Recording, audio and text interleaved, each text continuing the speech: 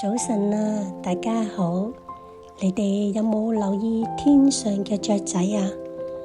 佢哋唔需要種，又唔需要收割，亦都冇話積蓄糧食，但天父每日都供應佢哋嘅需要喎。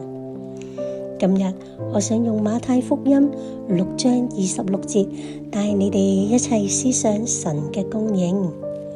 各位，我哋開始啦。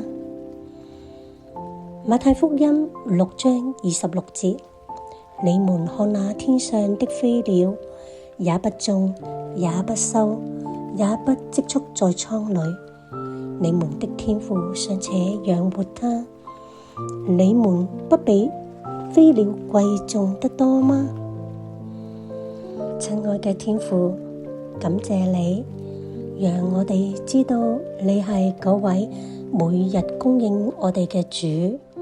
更多謝你，因為喺你眼中，我哋比飛鳥寶貴得多。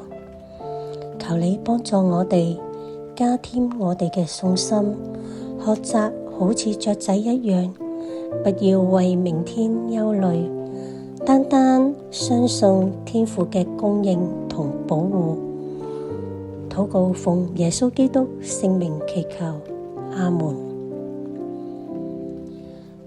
多謝你哋今日一齊聆聽神嘅話語，願主嘅平安臨到你，讓你嘅心裏沒有懼怕，因為天父必定會養活你㗎，眷顧你嘅。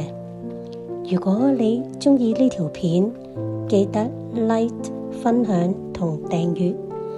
下次一齊再讀經禱告啦。